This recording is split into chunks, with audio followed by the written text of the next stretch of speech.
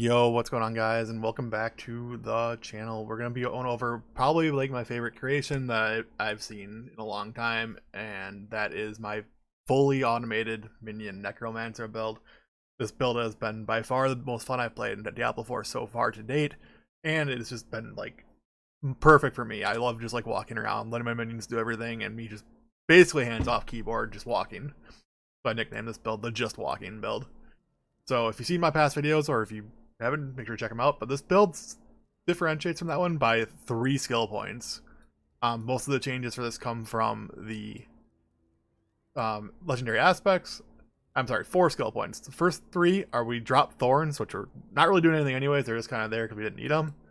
And we add on corpse explosion, and we get the darkness version. We'll see why in a second. And the other thing we do is we switch from Callan's Edict to Shadow Blight.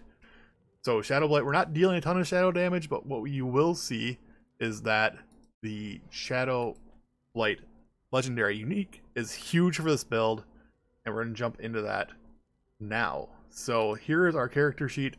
I'm going to go over each item one by one. The legendaries here are super important. I play on hardcore, so you'll see a lot of defensives here. If you play at softcore, by all means, go ahead and choose something else. I want to start with this, and then we'll talk about the skills, because I think the items here really make what the skills like very obvious what we're going to be picking. So as I mentioned, this is a full basically minion build. We're not doing a ton of damage ourselves, but so keep that in mind. The first thing we're doing is we are using the magical bubble, summons a barrier. I know most people aren't going to use this. This is like a super hardcore only thing. If you're not using this, I'd recommend using the Blizzard unique passive, or the one that makes your bone storm last longer by consuming corpses. This is super like hardcore only. If you don't use this, you just can get like 2 tapped sometimes from off the screen. That's why I have it on. So there you go. Next one, the armor. This is just super good. I'm using the Codex version, but we're gonna upgrade that soon to a much more powerful version.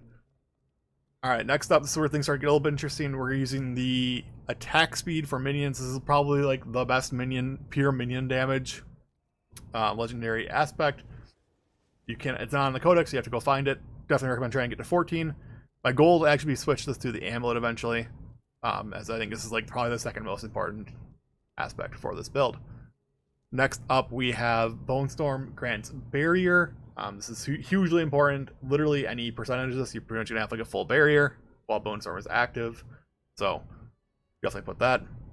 This is by far the best defensive ability you can put on the build. We're playing hardcore. We definitely want our defenses. I super recommend this even if you're playing softcore. +2 Skeletal Warriors. Skeletal Warriors are huge for this build. They help summon corpses. We'll jump to that last. On our amulet, we are doing currently +3 mages. We're actually going to swap this eventually with the minion attack speed. I'd rather have 1 less mage and have more powerful minions, just for how this build's been playing out so far. Next up is the Corpse Tendrils aspect. This gives us increased critical strike chance and more critical strike damage. You'll see why it's so important in a second. And then lastly, we have turns Bone Storm into a darkness ability. Again, we are proccing Shadow Blight. We need our darkness abilities.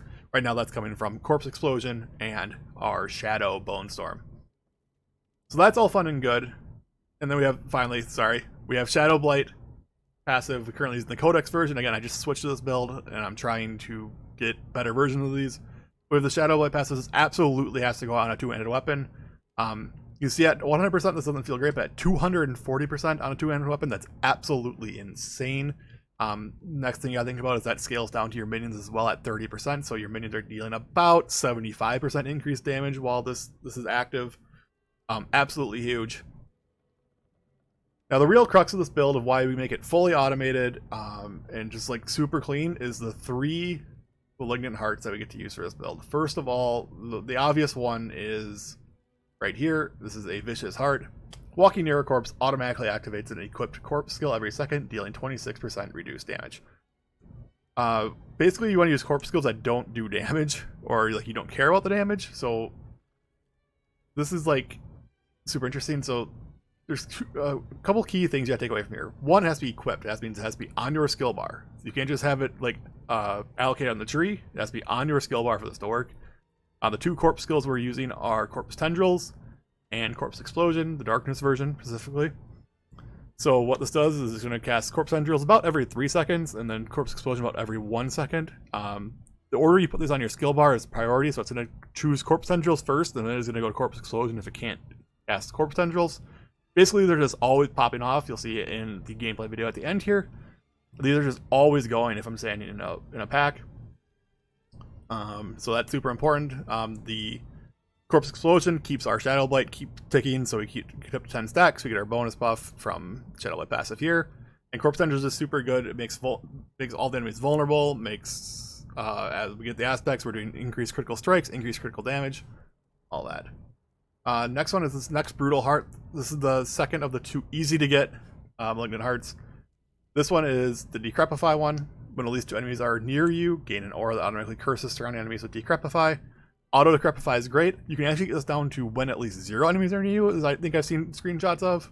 Hopefully that's true. That's awesome. But you can for sure get it down to 1, which is great. That means it's always up during boss fights as well. So just your auto decrepifying. You'll notice in our abilities, we actually even kept our decrepify links here. I think this one that makes your cooldowns, if lucky hit for cooldown reduction, is super, super good. I did test this. This does work even if you are using the Malignant Heart. So definitely recommend keeping this. I know it looks so weird because we're auto casting it, so we had this is like kind of a waste of a skill point, but this is so worth it. Keep our Bone Storm up more often. And finally, the thing that I think puts this all together is the Wrathful Heart. Critical strikes and all subsequent damage within 3 seconds is absorbed by your target. Then the absorbed damage erupts into surrounding enemies. Stored damage increased by 12% per second. I can't tell if there's something wrong with this, or if it's just super good, or not understanding how this works. Basically what will happen is all of your minions' damage will start coming into the enemy, and then all of a sudden the enemy will just pop for like... I'm a level 56. It's been doing upwards of 150 to 200,000 damage in AoE. So you sit there for 3 seconds, basically. Your minions are attacking. As long as you're not dying that area time, you are just going to deal so much damage. Like, so much. And you'll see in the videos, I think one of the crits is going to hit for like 250,000 at level 56. It's just absolutely insane.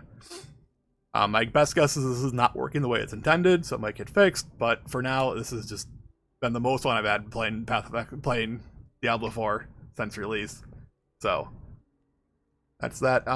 Quick chat on Book of the Dead. We haven't changed anything here. We're still using Reaper form corpses. Bone Golem. We're actually going to switch this. We actually want this to be the corpses. Well, we're generating so many corpses in cold, generating resources and essences. Just, yep, same as always. So that is the build. If this helped you out at all, please, please, please, please, please click the like button and subscribe. I'll have more content on this build and more coming up. So with that, let's check out some of the gameplay. I know it's not super high level stuff, but it's going to be some Helltide action. A few levels above me, so let me know what you think. And if you have any questions, leave them down in the comments below. Thanks, you. Catch you next time.